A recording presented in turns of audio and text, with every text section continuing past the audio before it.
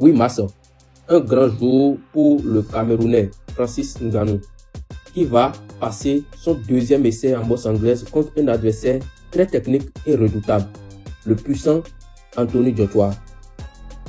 Très content de vous retrouver dans cette nouvelle vidéo où nous allons parler des débriefs de ce combat entre les deux titans et aussi faire quelques analyses personnelles. Si vous êtes nouveau sur la chaîne, n'oubliez pas de commenter, de donner votre avis, d'aimer la chaîne et de vous abonner afin de nous soutenir. Merci beaucoup pour tout ce que vous faites pour que la chaîne puisse évoluer. Francis Ngannou, combattant professionnel d'arts martiaux, MMA et de boxe anglaise d'origine camerounaise.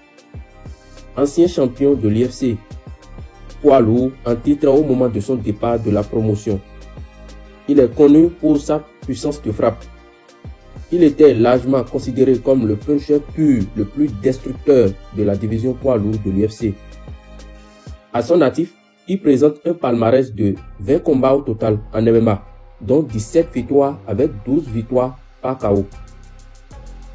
Il compte juste un seul combat en boxe anglaise dont il a subi une défaite par décision controversée partagée contre le champion invaincu des poids lourds WBC Tyson Fury dans un match de boxe professionnel présenté comme la bataille des plus méchants. Il a même réussi à renverser Fury au troisième tour, portant le combat jusqu'au tableau de bord, dans lequel les juges sont obligés d'accorder à Fury la victoire dans une décision partagée controversée. De l'autre côté, nous avons Anthony Joshua, boxeur britannique fini de renom, évoluant dans la catégorie des poids lourds et largement reconnu comme l'un des meilleurs combattants de sa génération. Avec un palmarès impressionnant de 30 combats au total, dont 27 victoires et 24 par KO. Joshua a su s'imposer sur la scène internationale de la boxe grâce à ses compétences techniques, sa puissance de frappe et sa détermination surtout. Lui qui était auparavant 2 fois champion du monde unifié des poids lourds, ayant détenu les titres de la WBA, WBO, IBF et même du IBO, qui évolue sereinement vers une chance de devenir champion une 3e fois. Il va essayer de dégager sur son chemin un titan, c'est-à-dire le prédateur, le Camerounais Francis Ngannou, afin d'accroître sa chance de défier le champion après l'unification des titres de poids lourds entre Tyson Fury et Alexandre Usyk. Ce combat entre Joshua et Ngannou pourrait changer complètement la carrière de chacun d'eux, dans le sens où la victoire de Joshua pourra lui donner une forte chance de redevenir champion pour une 3e fois, où la victoire de Ngannou pourra le propulser directement dans le classement des meilleurs boxeurs poids lourds, ce qui lui donnera peut-être la chance de défier le champion incontesté des poids lourds de la boxe anglaise après l'unification des titres. Pour être réaliste, nous pouvons dire que la défaite de Joshua pourrait détruire son rêve de redevenir champion des poids lourds, car il met toute sa carrière en jeu, étant donné qu'il est dans son domaine qui est la boxe anglaise. Nous pouvons clairement donner comme exemple la récente défaite de Deontay Wilder qui a changé malheureusement tout ce qui était prévu. Lui qui devrait normalement combattre contre Anthony Joshua se voit écarté à cause de sa défaite surprise contre Joseph Parker. Si Anthony Joshua perd d'ailleurs, cela pourrait être également une grande humiliation vu le palmarès de Ngannou en boxe anglaise. Contrairement à Ngannou qui n'a rien à perdre, car même en cas de défaite, il pourrait bien continuer sa carrière d'arts martiaux en PFL, lui qui connaît d'ailleurs déjà sa date de retour dans l'octogone.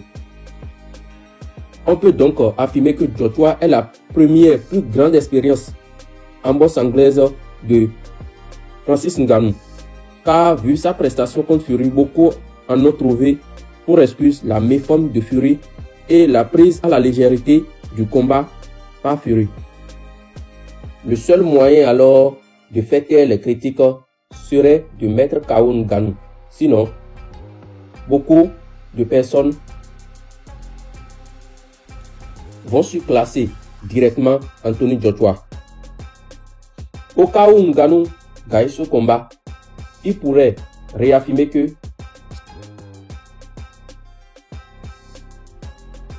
sa défaite contre Tyson Fury n'était même pas due à la méforme de Tyson Fury, mais d'une bonne